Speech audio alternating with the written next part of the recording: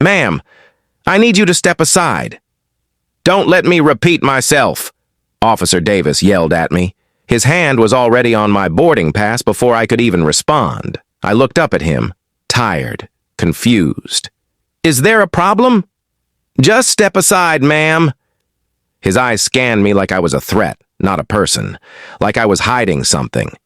Around us, passengers slowed down, heads turned, whispers started.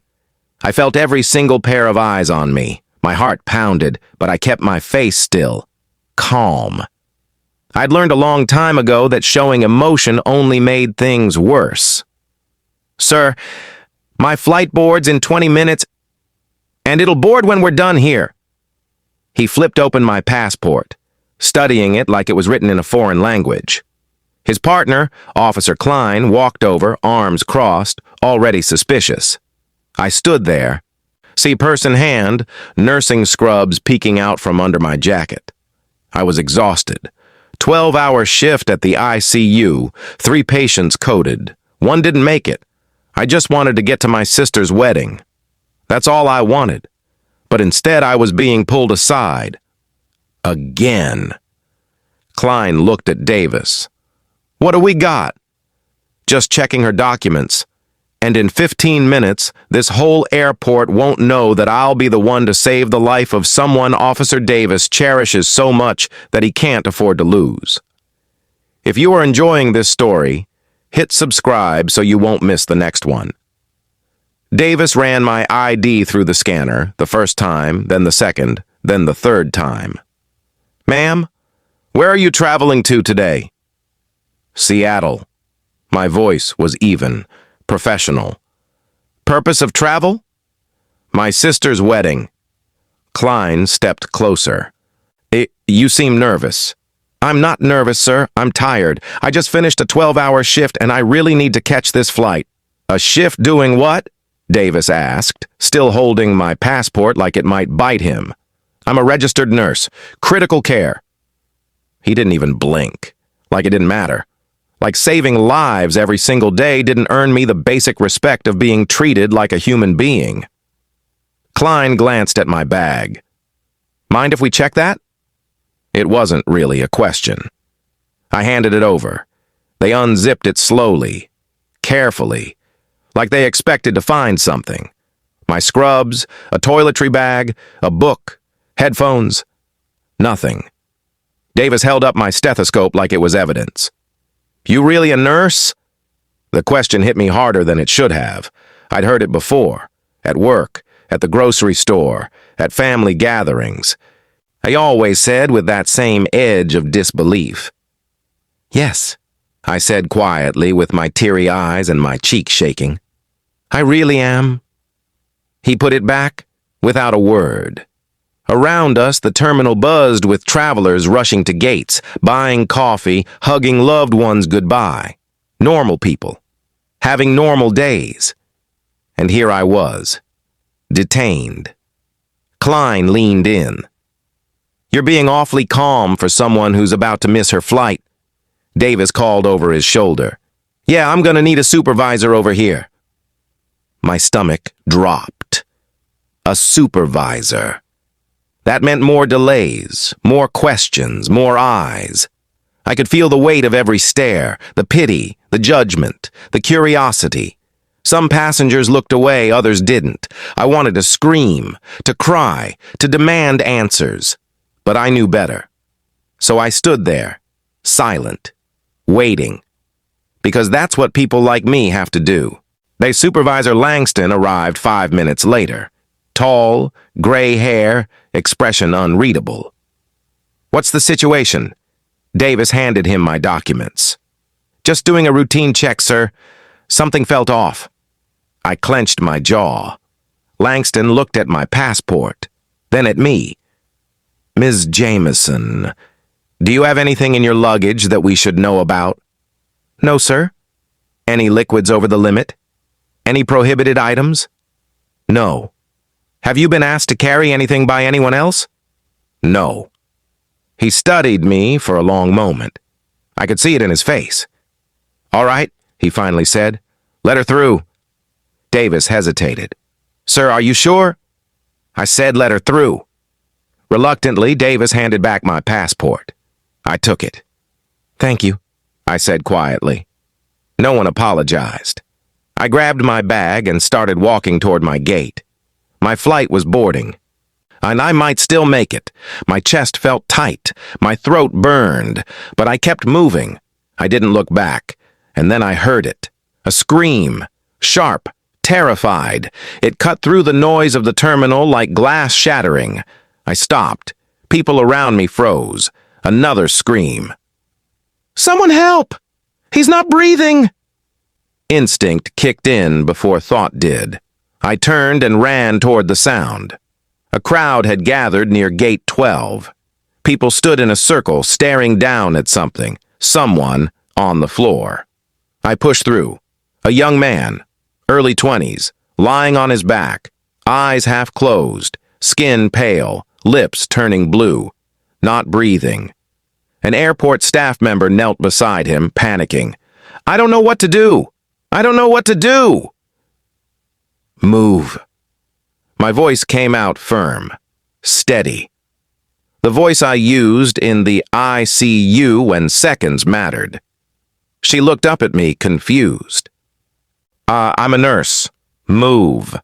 She scrambled back. I dropped to my knees beside him, checked his airway, tilted his head back, checked for a pulse. Weak, thready. But there. He's got a pulse, I said. But he's not breathing on his own. Someone call 911, now! A man in the crowd fumbled for his phone. I positioned myself over the young man's chest and started CPR. 30 compressions. Fast, hard, deep. Come on, I whispered. Come on! I tilted his head back again, pinched his nose, gave 2 rescue breaths. His chest rose, fell. I went back to compressions. The crowd pressed closer, murmuring, gasping. Give her space! Someone yelled. I didn't look up. I couldn't. 30 compressions. 2 breaths. 30 compressions. 2 breaths. My arms burned. My mind raced through every scenario. Overdose, cardiac arrest, seizure, allergic reaction. I glanced at his wrist. Medical alert bracelet. Severe asthma. I looked up at the staff member. Does anyone have an inhaler, albuterol, anything? She shook her head, tears streaming down her face. I kept going, and then I heard a voice I recognized. What the hell is going on here? It was Officer Davis. I didn't stop, didn't even look at him. This man isn't breathing, I said between compressions. He needs medical attention, now! Davis stepped closer, froze when he saw the young man's face. Tyler! His voice cracked. Tyler! He dropped to his knees beside me. That's my nephew! That's my... Oh God, Tyler, please! Sir, I need you to step back, I said firmly. That's my nephew, he shouted, and I'm trying to save him, so step back! He stared at me. Recognition flashed in his eyes, the woman he'd detained, and the woman he'd humiliated. Now, holding his nephew's life in her hands, he stumbled backward. I kept going. 30 compressions, 2 breaths. Come on, Tyler, come on! His chest rose again. This time he coughed, a weak, rattling sound, then another. His eyes fluttered open. There you go, I whispered. That's it! Breathe!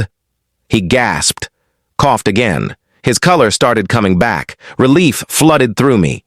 I rolled him onto his side. Recovery position. Keep the airway clear. Tyler! Davis pushed forward, but Klein held him back. Let her work, Klein said quietly. Paramedics rushed in moments later. I gave them a quick rundown. Medical history. What I'd done. Vitals. They took over. Loaded Tyler onto a stretcher. Started oxygen. Davis followed them, gripping Tyler's hand. Before he left, he turned back. Looked at me. Our eyes met, and he opened his mouth. Closed it. Didn't know what to say. I just nodded. He nodded back, and then he was gone. The crowd slowly dispersed. Whispers followed me. She saved his life. She's a nurse. Did you see how calm she was? I stood there, hands still trembling now that the adrenaline was fading. Langston walked over. His face was different now, softer. Ms. Jameson. I don't know what to say. I looked at him. You don't have to say anything. That was incredible. You saved that young man's life. I did my job. He hesitated. I'm sorry. For earlier, we were wrong. I took a slow breath. Let it out. I know. There was nothing else to say. I picked up my bag and started toward my gate again. My flight had already boarded. I'd missed it. But as I reached the counter, the gate agent smiled. Ms. Jameson? We held the flight for you. I blinked. You... What? We heard what you did. We're holding the flight. Go ahead. Tears stung my eyes. I nodded. Thank you. I walked down the jetway, found my seat, sat down, and finally let myself breathe. 3 hours later, my phone buzzed. A text from an unknown number. Ms. Jameson, this is Officer Davis. I don't have the words to thank you. Tyler's stable. Doctors said if you hadn't been there, he wouldn't have made it. I'm sorry. For everything. Thank you for being the person you are. I stared at the screen for a long time. Then I typed back. I'm glad he's okay. Take care. I didn't need his apology to feel whole. I didn't need his gratitude to know my worth. I helped Tyler because someone needed help. Not because they deserved it. Not because it made me the bigger person. But because that's who I am. And no amount of profiling, suspicion, or humiliation could ever take that away from me. I leaned my head against the window and closed my eyes. Sometimes, people don't see you until they need you. But I don't save lives for recognition. I save them because every single person, no matter who they are or how they've treated me, deserves a chance. Even when the world doesn't give me the same.